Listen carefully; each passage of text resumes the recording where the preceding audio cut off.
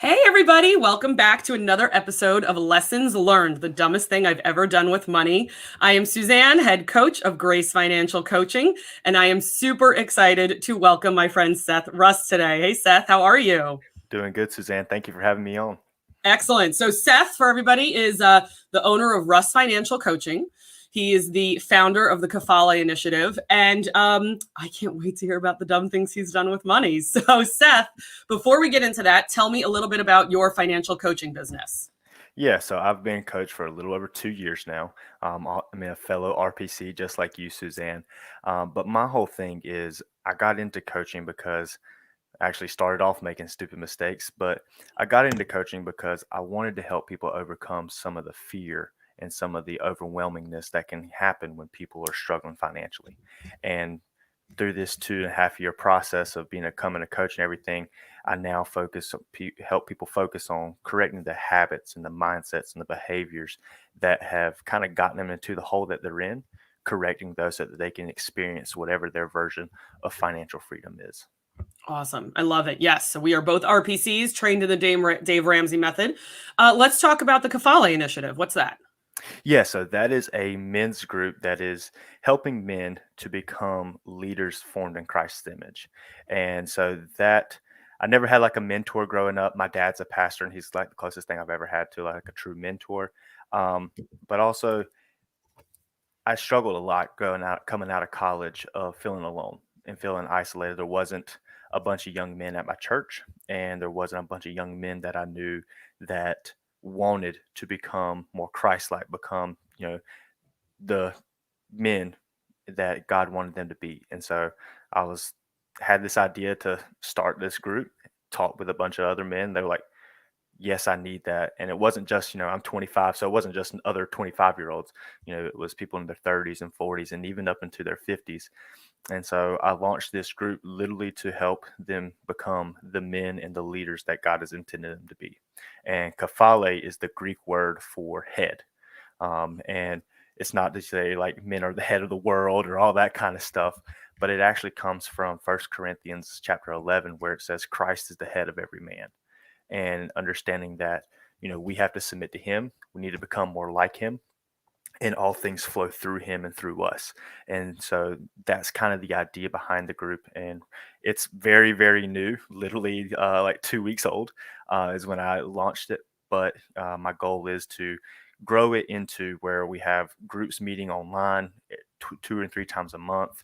We have live conferences. We'll have like weekend retreats where we go hiking, camping, canoeing, kayaking, just that kind of stuff to do some manly things, but also to do some deep dive, have real conversations, and help each other grow into being those leaders. There is nothing wrong with manly things. Yeah, Nothing. absolutely. I think it is I think I might actually send you my husband's email address after this Do conversation it. Do it. because it's true. It's we actually happen to be in our my husband just turned 40. So we happen to be a little towards the end of the 30 spectrum. But we actually have a difficult time in our church finding people our age. There are people older and there are people who are 25. Yeah. So just as you had a problem finding the 25-year-old, we actually have a hard time finding the late 30s, early 40s group in our particular location. There is a ton of groups for under 30, Mhm. 20, 18 to 22 girls, 18 to 22 guys, and then, 25 to 29 guys. And it's actually a bit of a weird area that's not served by this particular, we love the Yeah. location. We love the pastors. It just happens to be that there's not a lot of Yeah. people in our age range Oh there. yeah. So I absolutely love this. That is absolutely amazing. Definitely going to help you promote that. I think that's fantastic. Thank you so much. Thank you. So I created this show, Seth, to help people realize that, like you said, we all make financial mistakes. And even though, you and I are the experts now, Mhm. everybody can learn from our experiences, right? So Seth, what is the dumbest thing you've ever done with money? Oh man, so this is a little embarrassing because I was actually a coach and had been a coach for over a year when this happened. And so earlier this year, beginning of the year, in February, uh, my wife got into a car accident, and thank God she was okay. Everybody else was okay, but we had just recently dropped our full coverage on the car, The car had gotten over 100,000 miles. We had a fully funded emergency fund. The car was less than 10,000, was right around $10,000 value. I was like, we're good. We're good. We got it. Uh, I was like, my wife's a better driver or more careful driver. I'll say that more careful driver than I am. So I was like, if anyone's going to be in a wreck, it's going to be me, where I'm causing it. But it was a very rainy night, and not to get into all the details, but she was unable to stop in time and ended up hitting the back of another car. So obviously it's our fault. Insurance, isn't going to pay out for us to replace our vehicle. And so what we thought we were going to be able to cover, and we did. We were able to get her a very nice used car. It cost us $10,000 more than what it would have cost us if we had gotten the insurance check. And literally, since it was so new from having this coverage dropped, I was thinking, like, if something happens, it's going to be years down the road. Like, so we're going to have all this savings every month and all this. Didn't save any money on the insurance. Had to go get a brand new car. Got no help from insurance to replace the vehicle. And so now we've had to, of course, we added it back, and we're like, okay, that was stupid. We're not going to do that now. And so that's kind of the dumbest thing I've ever done with money. It was a So what $10,000 was the mistake. savings from the full coverage to when you lowered it? It would have been like $80 a month. You know what, though? I can't say that I wouldn't have done the same thing. Yeah. $80 a month is a lot, Yeah. and we work with people who are budgeting down to the penny, right? I mean, I talk about this one client I had, they were $3,300 a month over budget when I first got a hold of them. Yeah. So would $80 immediately have made an impact? No, we obviously clearly needed to get the spending habit under control. But by the time we got down to the bottom of the 3,300 and we're only 300 over budget, well, that $80 would have made a big difference to them, wouldn't it? Yeah. Yeah. So I can't say that I would have done the same thing, but that is definitely a tough one to swallow. I was brought up very similarly, though. Our cars never had, we never owned any brand new cars, ever, ever, ever. Even when my father was, he was an engineer, so he was working in construction in Lower Manhattan or somewhere in the city, in New York City. If he was given a company car, none of them were ever new. They were coming from a construction site. So we never had new cars. So I was raised to not have full coverage on my cars. It never came back to bite me, but I could definitely see how it probably could have. When I was in all my debt, if my car had been totaled, that would have been a disaster. Mm-hmm. Yeah. And the biggest thing for us was, it was just overconfidence, to be honest with you. It was feeling like, I'm a financial expert. We've got our emergency fund set aside. We're not living paycheck to paycheck. Thank God, we're saving money every month. And so it's like, we're good. And then that hubris, though, and that's kind of the thing. That's the lesson that I learned from it is, okay, you're never as kind of good as you want to think you are sometimes. Mm-hmm. And having that extra caution, having that always being aware of the what ifs, like, okay, this could actually happen. How do we protect ourselves from it? And that was the biggest lesson that I learned from it. But man, I wish I had gone back and, because it was literally like our insurance renewed in November. So we dropped it in November. Fast forward to February, we get in a car accident. And so we're talking literally 3 months. And so it's like I saved $240, quote unquote, saved $240 to spend in the grand 10,000 scheme of more. things. So like, now okay, we're this is recording not this winning. episode. It is September of 2021. Did you find when you guys went into the used, and this type of stuff kind of fascinates me. Did you guys find when you went into the used car market at that time, did you find that the prices had kind of gone up a little bit yet? Or was that right before everything started increasing? That they hadn't quite gone up.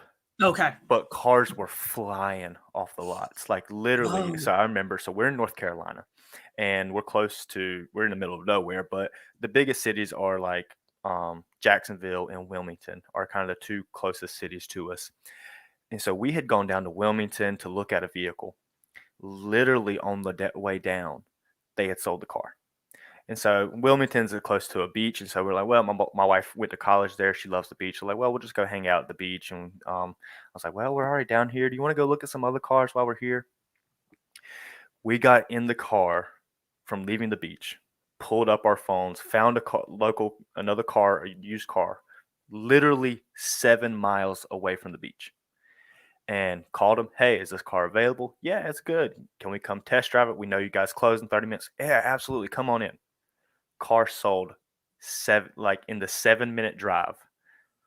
Someone had come in, bought it, and like started the paperwork. And we were like, you have got to be kidding me. So you guys were starting to see this run Yes. on used Yeah. cars right before it really got completely out of control. Mhm. It is out of control still. It is. Yeah. And it's out of control throughout the entire country. You know, we're based out of Virginia Beach right now, and like you said, you can't even get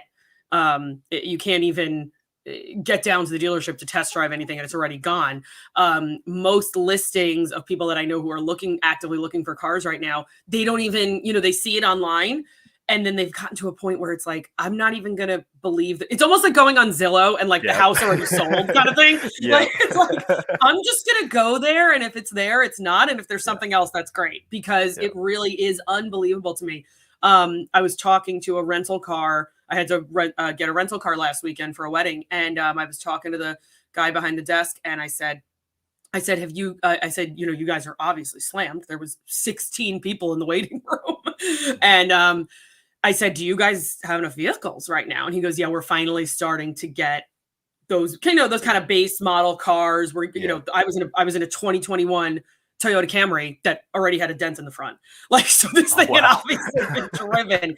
But the whole used car market thing is really, with the way that COVID landed and everything, I just find the whole thing very interesting. So I am glad that you guys got something before it got, double the price and shot up. So that's awesome. Yeah. So if you could go back, obviously we wouldn't have canceled the full coverage, but what do you think, if you could go back and kind of convince yourself to not cancel it, what do you think you would have told yourself? I would have told myself, if looking at the value of the car, what the check would have been written for the entire total. If the car was totaled, the check would have been written to replace the vehicle. But not only that, we did not consider the cost of actually buying a new vehicle, or a new to us vehicle. And so while it would have paid out about $10,000, my wife drives about an hour one way from work. And so, we need want something lower mileage, good on gas, but also something fairly newer, instead of, something that's 15 years old, 200,000 miles. And so we didn't take into account what the cost would actually be to replace the vehicle with something that's suitable for her. And so we actually ended up getting her, I think about a $15,000 car. So not only did we not get the $10,000, we had to go $5,000 above. And so instead of just taking $5,000 out of our savings, we had to take 15. And so we didn't take that into account. And so I wish we'd have, just thought about that better, of, while this is what insurance would pay out, this is actually the true cost of replacing. There's two different things there. This is what the cost of losing the insurance coverage, but here's the actual cost of replacing the vehicle. Right. And so I really wish we had gone back, or really wish we had thought about that in time. And it was mostly me, my wife. While we were both involved in our finances and talk regularly and do our budget together, my wife, trusts what I have to say about money. So when I come and have a suggestion, she's usually like, okay, I trust you. And this one time I failed, I admit it, as hard as that is to say, but I failed in leading our finances and, offering something smart. And so I just really wish we had counted the true cost of the event that we were trying to prevent. Yeah. Yeah. The only thing I can definitely say about that is, thank God you don't have 5 teenage boys running around the house and now you've learned this lesson early enough. Yes. That once you guys do have kids, and they get to be teenagers, that's one thing I will leave everyone with this for sure. That's one thing I tell people: the second you have a teenage driver in that house, they need to be on their own insurance. Yeah. Because if they rear end somebody and they're on your insurance, I know you're saving a few $1,000s a year. That could be $100,000 accident. It could be a $200,000 accident. Somebody really gets hurt, it could be $1 million accident. Yeah. Is that worth saving the $1,600 a year to have your teenage son on your insurance? Exactly. It's not. It's not, and I've seen it happen. And that's exactly the mentality Awesome. we had. We're going to save just this little bit and just completely push the probability of this huge accident happening. We're just going to push that aside. That's not going to happen. Yeah. It happens. It happens, And you have right? to be protected from that. Yep. And that little bit of insurance is what's eliminating the risk, right? That Yep. larger risk, that big risk. So awesome, Seth. I really want to thank you for being so honest and open with us. Make sure to join me next week, everybody, for another episode of Lessons Learned, the dumbest thing I've ever done with money. And if you have not seen our previous recordings, check out the Grace Financial Coaching YouTube channel. Thanks so much.